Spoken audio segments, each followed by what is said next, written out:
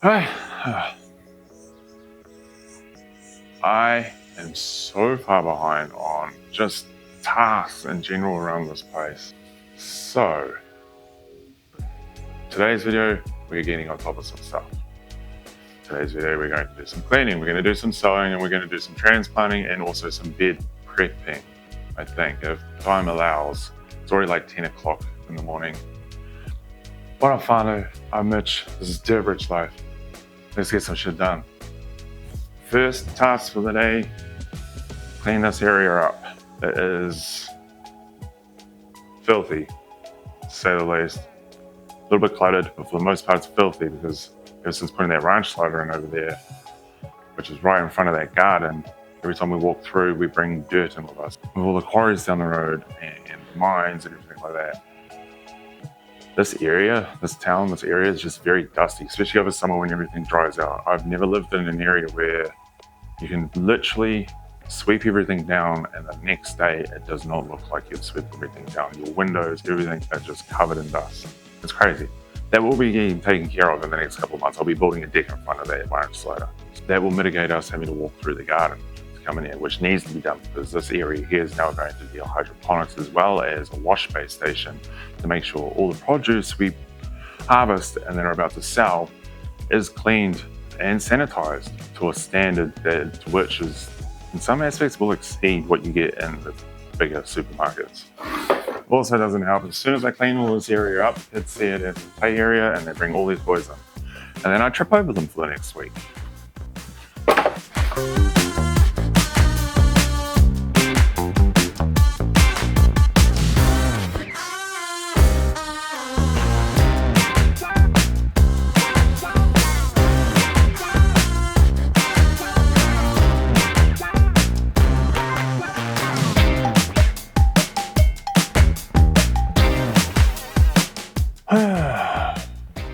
Just chill for a sec.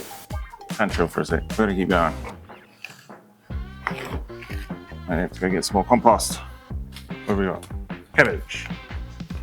Shit, no, I got cabbage. Cauliflower all year round. What else did I grab? Iceberg, that's right. Okay, next task for the day, we need to sow some cauliflower. We got all year round and a green variety of cauliflower. I've got a purple and a green variety of cabbage. And I need to re-sow iceberg. Just my propagation area is just a little bit too warm and the seeds keep going into what's called thermal dormancy. Basically, the seed knows if it starts to germinate, it's not going to survive, so it doesn't germinate. It's quite crazy how a little seed knows what it's doing. Much like with overwintering your seeds, or I plant flowers through summer, gets pollinated, produces its seeds, and then coming into the cooler months, it dies off, it drops all its seeds into the ground. Those seeds will stay there dormant until it warms up again, and they know it's time to germinate and they're going to survive. Same thing, it can go either way if it's too hot or too cold. And basically, my iceberg lettuces have not been germinating because it's just been too warm for them.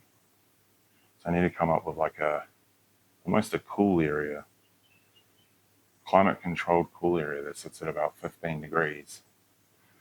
I don't know what that is in Fahrenheit. So this is how I sow my seeds. Put in a lightly fill it, sort of press it, put your seeds in, press it tight, so it presses the seeds into the soil. And then we fill that recess with a fluffy bit of compost on top. So we're not using seedling mix anymore either. I'm mixing everything from my compost out the back. I'll amend it with a little bit of lime if I have to for pH levels and stuff like that. But for the most part, our seedling mix is a combination of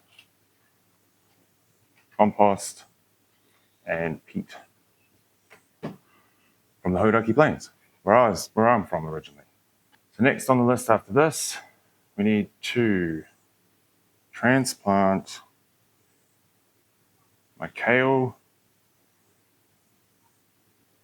cabbage that needs to go out, and kale, cabbage. Celery needs to go out today, but it's still not quite there, so I'm going to leave it a couple days. And then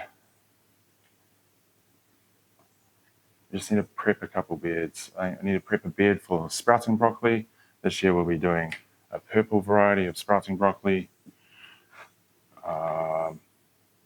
Broccoli bed prep because I haven't done that yet. That was supposed to be done the other day.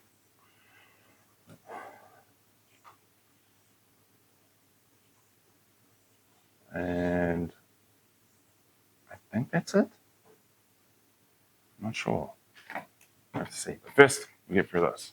It looks like there's rain moving. We better hustle. It's already 1:30. Just finished sowing all those seeds and doing a couple of bits and pieces. Now the kale and the cabbage. We're going to sow the kale and cabbage first. First, we're going to water and drench the soil first with 9 litres of water that I've just inoculated with a couple of different strands of bacillus. There's like 3 or 4 different strands of fungi in there, along with a few other micronutrients, as well as main one being the boron, because brassicas, one of the biggest things they suffer from is boron deficiency. If you've ever grown broccolis or cauliflowers, you've gone to harvest them and there's a little hole or sometimes a big hole in the middle of the stem, that's boron. There's a lack of boron.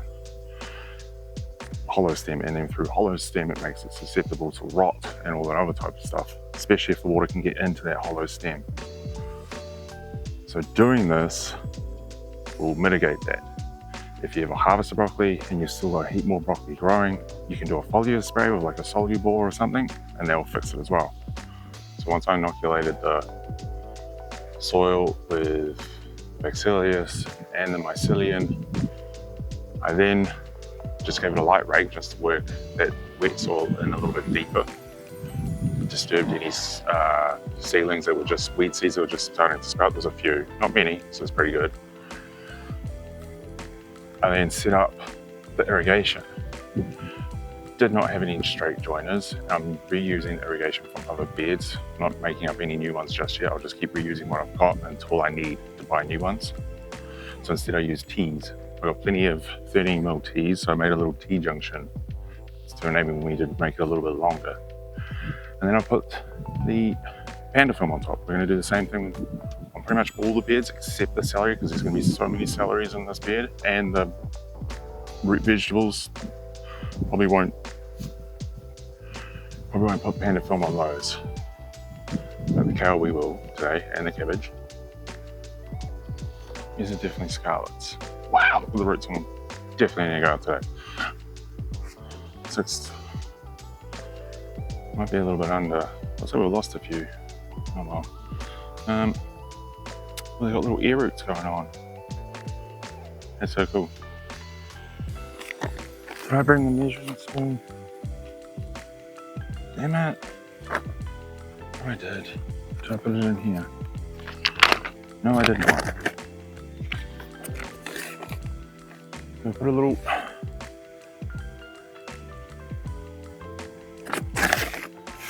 I guess that's about a teaspoon. A teaspoon of this in every hole. Similar thing. It's just the outer version. It's not water soluble. Well, I think it might be actually. It can be. It has a little bit of balanced NPK in it, which helps. It also has. Is it? No, I think it just has the bacteria, the fungi. So it's got your trichoderma fungi, mycorrhizal fungi, and then a few other things like silica, biochar, kelp, stuff like that. It's everything to help the plant establish itself. And then a little bit, just a smidgens of blood and bone, just to help it get started.